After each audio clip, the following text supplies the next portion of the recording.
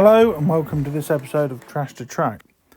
In this episode I'm going to be looking at this Hornby Railroad Schools class that's been sent in by Andy, who said it was his late father's. Now, I'm taking it out of the box. I can immediately see that the tender body shell's on backwards and the coupling's in upside down. And it looks overall, apart from that, to be in good condition. Now, Andy did say this was a non-runner and it wasn't running at all, so he sent it in for me to have a look at. And I've worked on schools class before, but not one of the revamped railroad ones. So I go to put it on the track, give it a quick battery test, and I noticed that the tender wobbles on the centre wheel, so I'm going to have a look at that later on as well. That's a bit weird. But I put it on there to test with the battery, and there's absolutely nothing. Andy's right, it's not working whatsoever. So we're going to have to disassemble it and have a look, see what's going on. But the first thing I'm going to do is sort this tender out. And then when the tender body clips off, I find a DCC decoder, and a Hornby one at that. Now, I don't like Hornby decoders. They don't work well with the Gauge Master system, if I'm honest, especially the early ones. And they're not known for their reliable DC running. So I'm going to remove this and put a blanking plate in. And it could be that it was just a dodgy chip that was stopping this running, which, if it is, it's going to be an easy repair. So I get a blanking plate out of my spares, put it in, and then put the schools back on the track. And I put the battery on, and it does move. There we go, it shot forward, but that's it. That's all it did. Oh, it went backwards as well, but when it goes forwards again, it locks up. There's nothing at all now. The battery's on the rail. I'll show you in a minute, so you know I'm not messing around. The blanking plate's not getting hot, so there's no short circuit. But the battery's on the rail there, pushing it down. There is absolutely no life in it whatsoever. Although it does, like, there is you can hear the motor. So something's not quite right. So we're going to have a look, see what's happening inside this model. I do like the Schools loco, but I'm not keen on how this has been engineered. The wires wrap around the tender drawbar, and the tender is very, very light. I will test this decoder later on. I know that Andy's dad must have fitted this, because on the box it is DCC ready, not DCC fitted. So it's been fitted aftermarket, but I will test that later on. Now, to remove the body shell, you have to remove the screw under the smoke box, and then there's a clip in the firebox, and the front body shell comes away to reveal the motor. I've seen this sort of motor before with the inbuilt flywheel. The body shell is in very good condition. It's, for its age, this 1980s tooling, it's got quite a lot of detail on, to be honest. So there's the motor setup, and I'm trying to turn that worm gear with my fingers, and it gets a little way and then stops. So there's something stopping that from turning. So I'm going to undo the two screws at the back of the motor. There's like a motor mount. And then at the front, between the flywheel and the motor body, is a little clip that you have to undo. And then the motor will come away.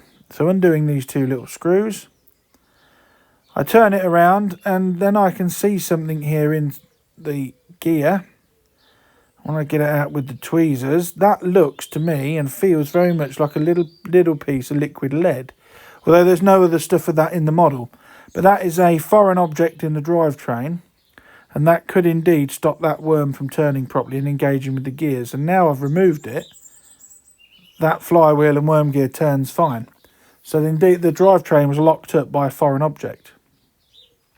But I'm going to remove the motor anyway, because I'm going to have a thorough check, make sure there's nothing else in there. So just gently prying this clip off with a screwdriver and some gentle manipulation, it will come off and the motor simply pulls away. I can't see anything else, although I will see in a minute.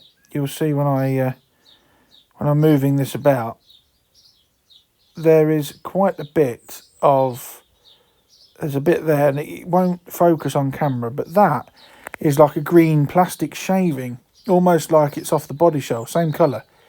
And I do find quite a lot of that in this model, but I don't find where it comes from. I think that's been left over from manufacturing. So I get a cotton bud and some mess, and I clean up all the old grease. Although this model doesn't look like it's had much running. But there's another bit left. It's like green plastic shavings. Almost as if the worm gear has been rubbing on the inside of the body shell, chipping the plastic away. But I did check, and it's not been doing that. But I'm just going to hold the motor out of the way. and give it a quick battery test with the wheels, and the motor is spinning. Oh, it's off camera, but it is spinning, and that was picking up off the traction tied wheels. So now that I've cleaned all that off and made sure that all the teeth are free of any foreign debris, I'm going to put some new lubrication on it in the form of this Labelle 106, which I really do enjoy using. It's a good product. And I'm going to reseat the motor. There's a hair there, I'm just pulling that off. I'm going to reseat the motor and fit the motor back in with the screws and that clip.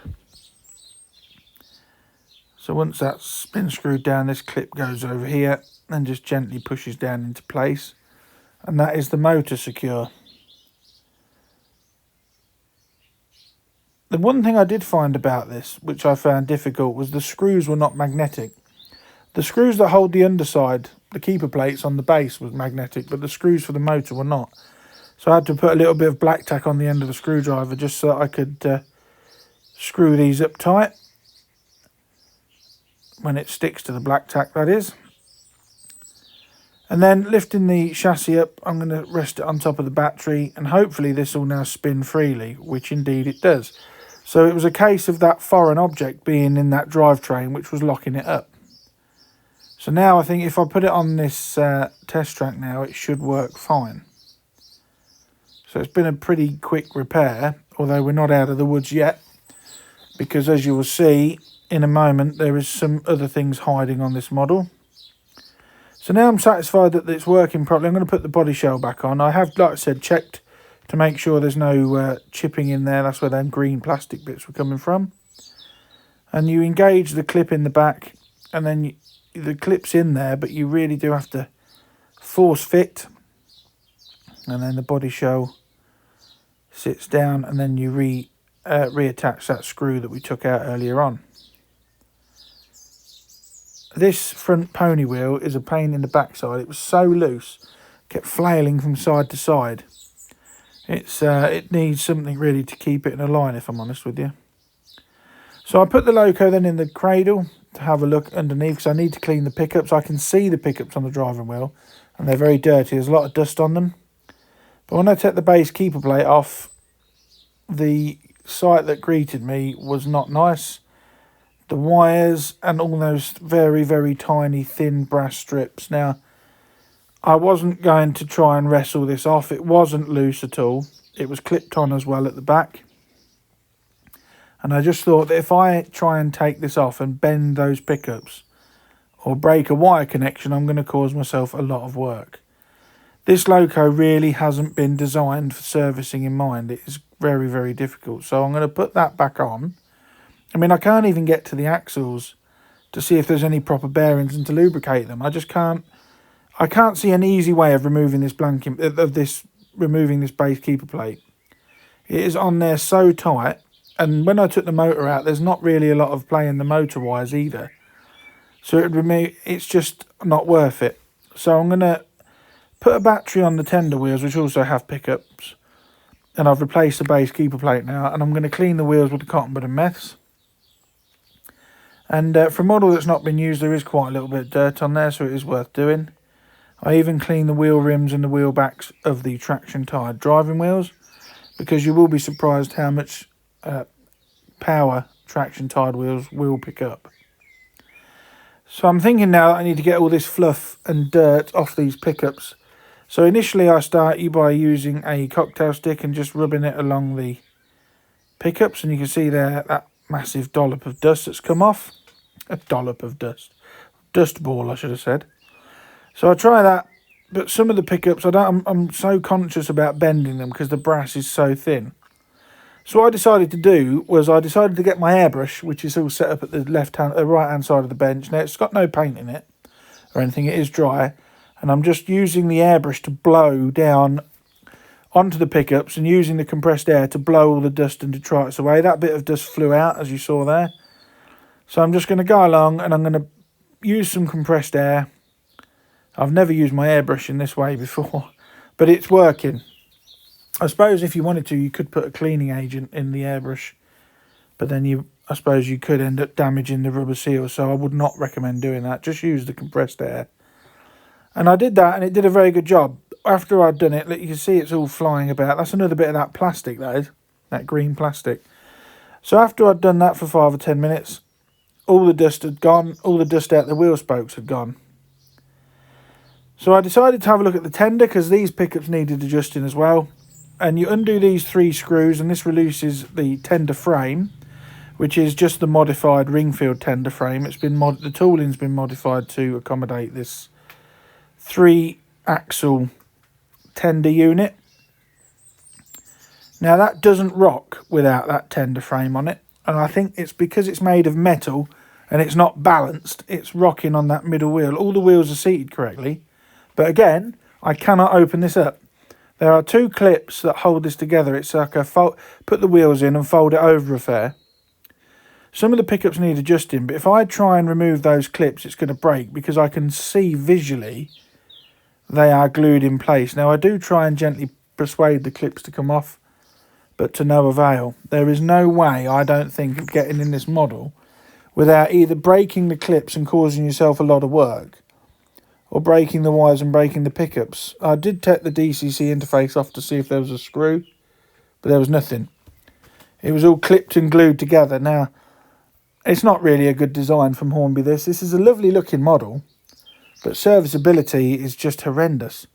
I meant to look before filming this to see if Sam's Trains had reviewed one of these, because his reviews are very thorough, but I forgot. I'll have to have a look, see what he makes of it. So I try and adjust all the tender pickups without taking the wheels out. I do clean and try and clean everything up again.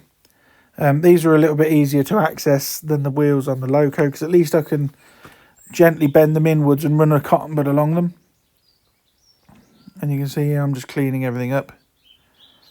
But yeah, it was a pain to work on, really. It was, I think it could have been designed a lot better than it has been. So I'm going to put all this back together now.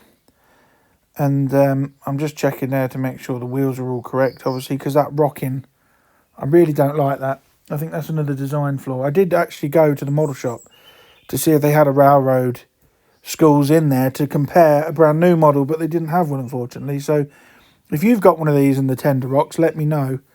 If it doesn't, obviously I've missed something, and if I have missed something that's obvious to you guys, let me know in the comments. So I'm going to screw this back together now. And like I said, the wheels all seem seated correctly in that plastic bit. There was no way they were going to be opened and get them out. But again, like I say, like when the tender frame's on, it just pivots. It just rocks back and forwards, and there's not really a lot I can do about it. So I'm going to put the blanking plate back in, give it another battery test. I do test all the wheels individually, and all of them are now picking up current and connected to the track, which is good.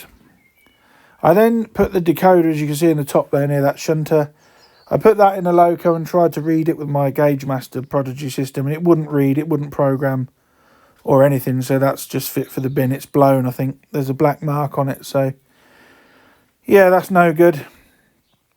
So I'm going to put the tender body shell back on now, and unfortunately there is some damage to the bottom there.